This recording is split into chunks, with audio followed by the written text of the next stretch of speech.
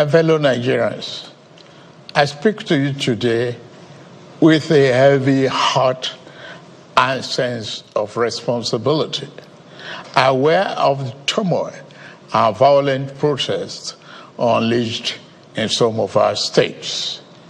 Notably, among the protesters were young Nigerians who desired a better and more progressive country where their dreams, hope, and personal aspiration will be fulfilled. I am especially pained by the loss of lives in Borno, Jigawa, Kano, Kaduna, and other states, the destruction of facilities in some states, and the wanton looting of supermarkets and shops, contrary to the promise of protest organizers that the protest will be peaceful across the country. The destruction of properties set us back as a nation, as scarce resources will be again used to restore them. I commiserate with the families and relations of those who have died in the protest. We must stop further bloodshed, violence, and destruction. As the president of this country, I must ensure public order in line with the constitutional oath to protect the lives and property of every citizen. Our government will not stand idly by and allow a few with a clear political agenda to tear this nation apart. Under the circumstances, I hereby enjoin protesters and the organizers to suspend any further protest and create room for dialogue, which I have always acceded to at the slightest opportunity. Nigeria requires all hands on deck and need us all, regardless of age, party, tribe, religion, or other divides, to work together, reshaping our destiny as a nation. To those who have taken undue advantage of this situation to threaten any section of this country, be warned. The law will catch up with you. There is no place for ethnic bigotry or such threats in the Nigeria we seek to build. Our democracy progresses when the constitutional rights of every Nigerian are respected and protected. Our law enforcement agencies should continue to ensure full protection of life and properties of innocent citizens in a responsible manner. My vision for our country is one of a just and prosperous nation where each person may enjoy the peace, freedom, and meaningful livelihood that only democratic good governance can provide. One that is open, transparent, and accountable to the Nigerian people. For decades, our economy has remained anemic and taken a dip because of many misalignments that have stunted our growth. Just over a year ago, our dear country, Nigeria, reached a point where we couldn't afford to continue the use of temporary solutions to solve long-term problems for the sake of now and our unborn generations.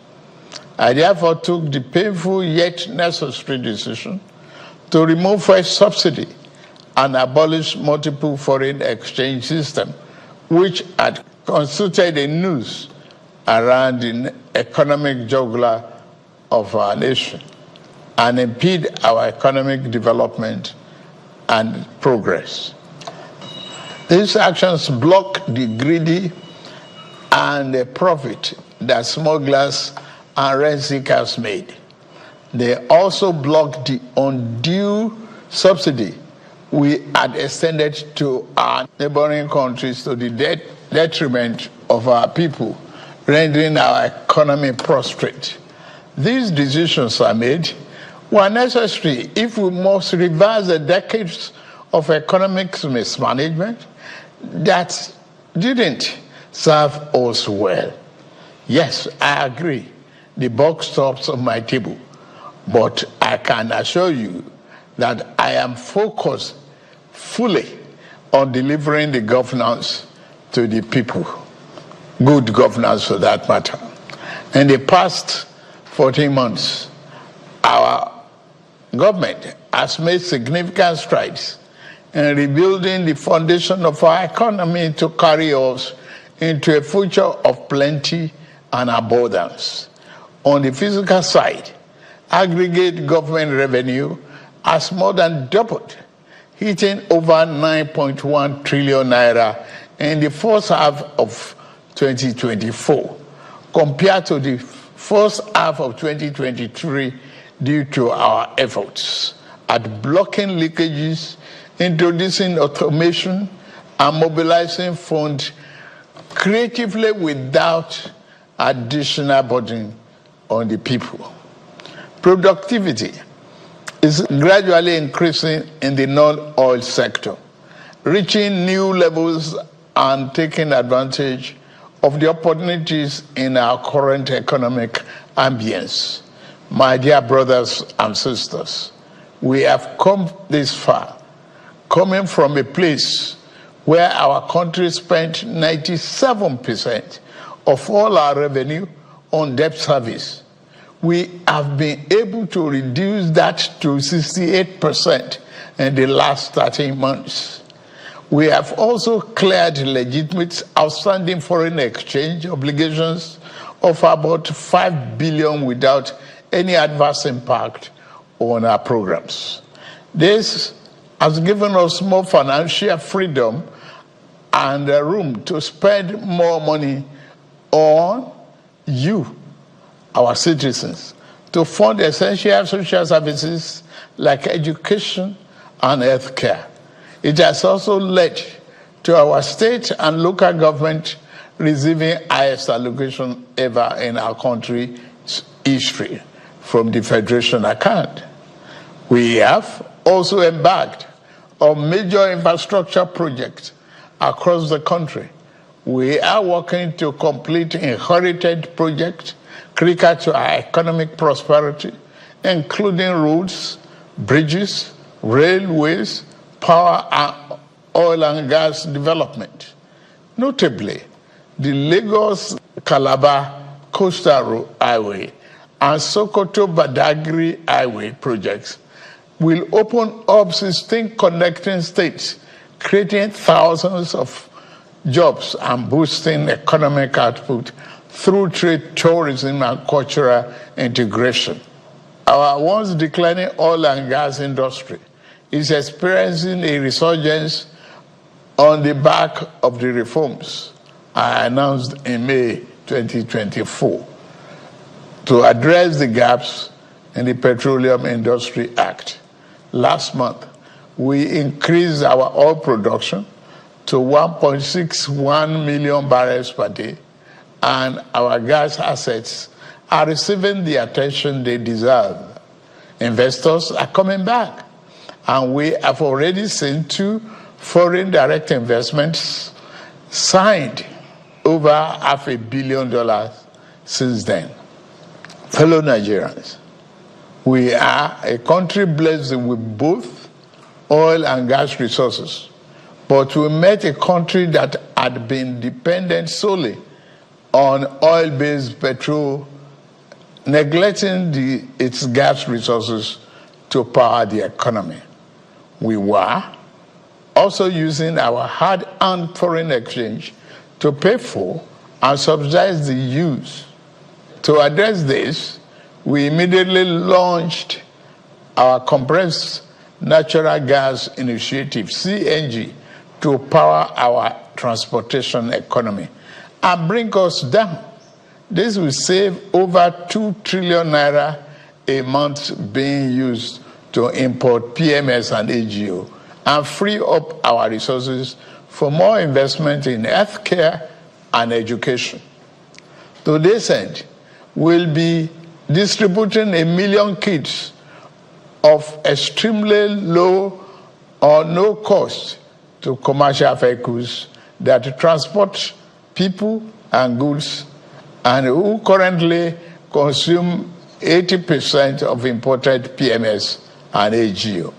We have started the distribution of conversion kits and setting up of conversion centers across the country in conjunction with the private sector.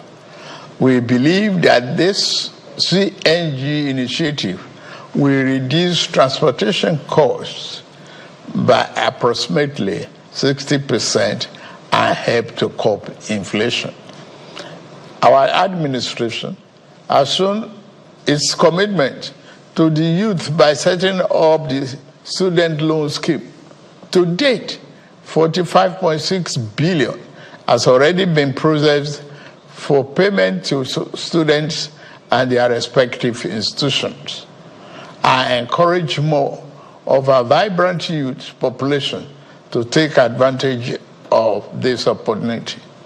We established the Consumer Credit Corporation with over 200 billion to help Nigeria to acquire essential products without the need for immediate cash payment, making life easier for millions of households. This will consequently reduce corruption and eliminate cash and opaque transactions. This week, I ordered the release of an additional 50 billion naira, each for NEL Fund, the student loan, and Credit Corporation for the proceeds of crime recovered by the EFCC. Additionally, we have secured $620 million under the Digital and Creative Enterprises, IDICE, a program to empower our young people, creating millions of IT and technical jobs that will make them globally competitive. This program, including the 3 million technical talent scheme, unfortunately, one of digital centers was vandalized during the protests in Kano. What a shame. In addition, we have introduced the Skill Up Artisans Program, SUPER, the Nigerian Youth Academy, NIA, and the National Youth Talent Export Program, NATEP. Also, more than 517 billion has been released to the 36 states to expand livelihood support to their citizens, while 600,000 nano businesses have benefited from our nano grants. An additional 400,000 more nano businesses are expected to benefit. Furthermore, 75,000 beneficiaries have processed to receive our 1 million micro and small business single-digit interest loans starting this month. We have also built 10 MSME hubs within the past year, created 240,000 jobs through them, and 5 more hubs are in progress, which will be ready by October this year. Payments of 1 billion each also have been made to large manufacturers under our single-digit loan to boost manufacturing output and stimulate growth. I signed the national minimum wage into law last week, and the lowest earning worker will now earn at least 70,000 naira a month.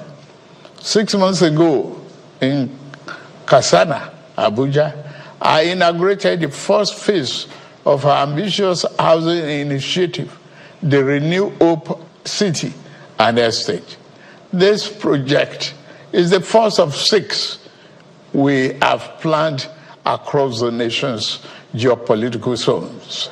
Each of these cities will include a minimum of 1,000 housing units, with Kasana itself set to deliver 3,212 units. In addition to this city project, we are also launching the Renew Hope Estate in every state, each comprising 500 housing units. Our goal is to complete a total of 100,000 housing units over the next 3 years. This initiative is not only about providing homes, but also about creating thousands of jobs across the nation, as well as stimulating economic growth.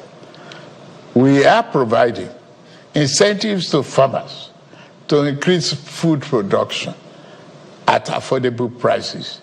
I have directed that tariffs and other import duties should be removed on rice, wheat, maize, sorghum, and drugs, and other pharmaceutical medical supplies for the next 6 months, in the first instance, to help drive down the prices. I have been meeting with our governors and key ministers to accelerate food production. We've distributed fertilizers. Our target is to cultivate more than 10 million hectares of land to grow what we eat. The federal government will provide all necessary incentives for this initiative, whilst the state provide the land, which will put millions of our people to work and further increase food production. In the past few months, we have also ordered mechanized farming equipment, such as tractors and planters, worth billions of naira from the United States, Belarus, and Brazil. I can confirm to you that the equipment is on the way. My dear Nigerians, especially our youths, I have heard you loud and clear. I understand the pain and the frustration that drive this protest, and I want to assure you that our government is committed to listening and addressing the concerns of our citizens. But we must not let violence and destruction tear our nation apart. We must work together to build a brighter future where every Nigerian can live with dignity and prosperity. The task before us is a collective one, and I am leading the charge as your president. A lot of work has gone into stabilizing our economy, and I must stay focused on ensuring that the benefits reached every single Nigerian as we promised. My administration is working very hard to improve and expand our national infrastructure and create more opportunities for our young people. Let nobody misinform and miseducate you about your country or tell you that your government does not care about you. Although there have been many dashed hopes in the past, we are in a new era of renewed hope. We are working hard, and the result will soon be visible and concrete for everyone to see, feel, and enjoy. Let us work together to build a brighter future for ourselves and for generations to come. Let's choose hope over fear, unity over division, and progress over stagnation. The economy is recovering. Please, don't shut out this oxygen. Now that we have been enjoying democratic governance for 25 years, do not let the extremists of enemies of democracy use you to promote an unconstitutional agenda that will set us back on our democratic journey. Forward ever, backward never.